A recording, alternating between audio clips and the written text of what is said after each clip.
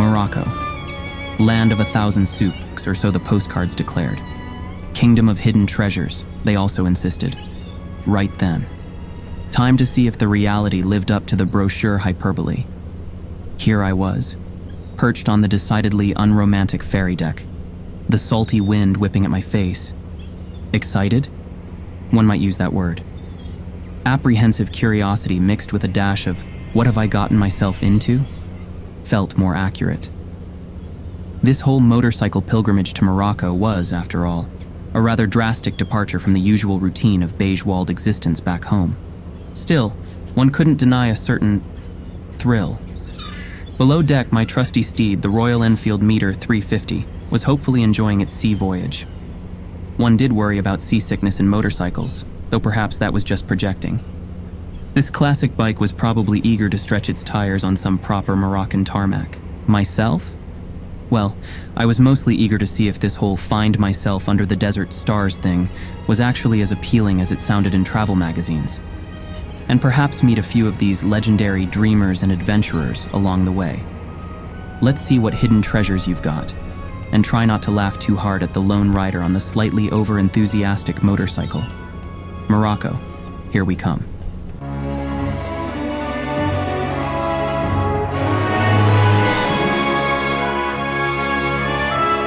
Africa, or more precisely, Morocco, and apparently the Arctic branch of it, judging by the current temperature. Honestly, arriving in Africa and discovering it's colder than in Europe winter night was a delightful surprise, in the same way that finding a spider in your sock is a delightful surprise. Still can't quite wrap my head around the Sahara Desert being confused with Siberia, but there you have it.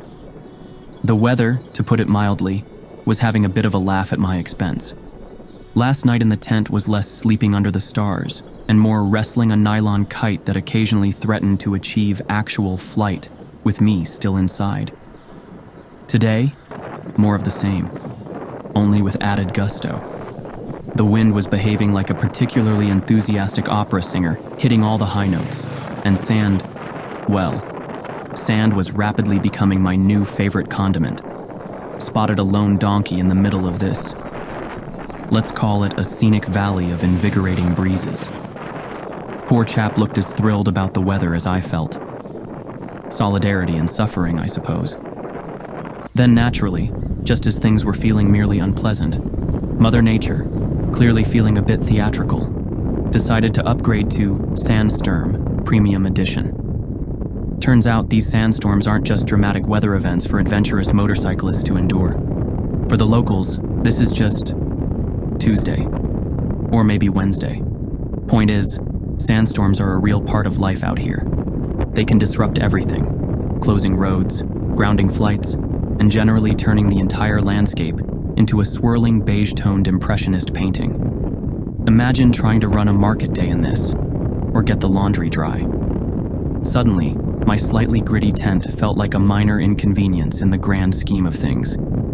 You start to realize why buildings here are built the way they are, sturdy and often facing away from the prevailing winds. Why people are so resourceful about water and shelter. It's a landscape that demands respect, and sometimes, it seems, a good sense of humor just to get through the day. Because let's be honest, sandstorms are mostly just a blissful peeling. If you consider having your skin aggressively buffed by tiny, high-velocity sand particles, blissful, and a free, if gritty, dental cleaning service.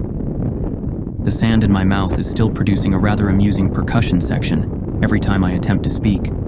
Silver linings and all that. At least I'll gain a newfound appreciation for the resilience of desert communities.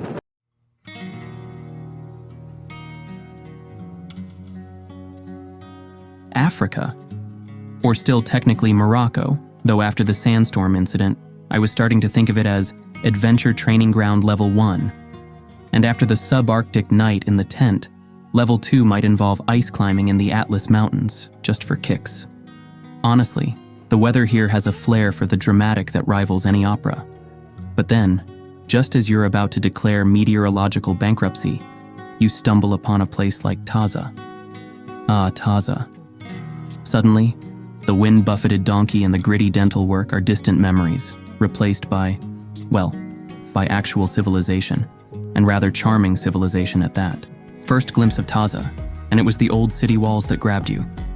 A proper castell rising up like something straight out of a history textbook, or dare I say, an adventure novel.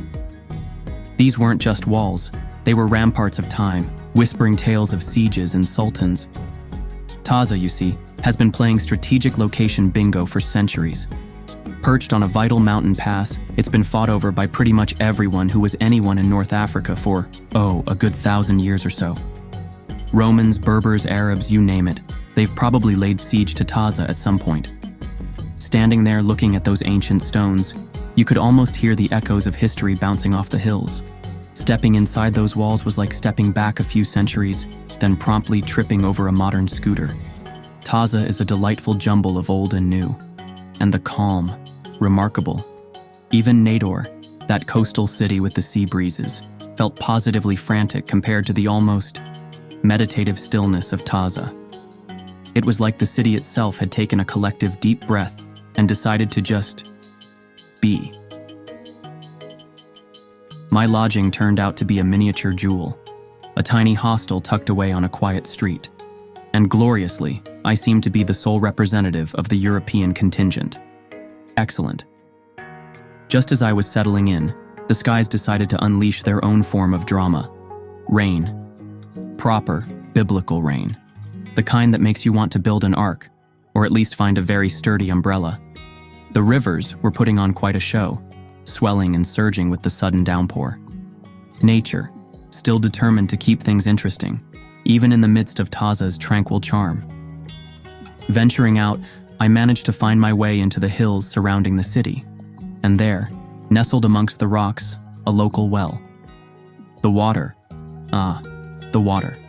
Cool, crisp, and with a taste that was, amazing feels inadequate. It was like drinking liquid vitality. There really is something special about water straight from the source, something almost elemental. You could almost believe in magical springs and water nymphs after a taste of that.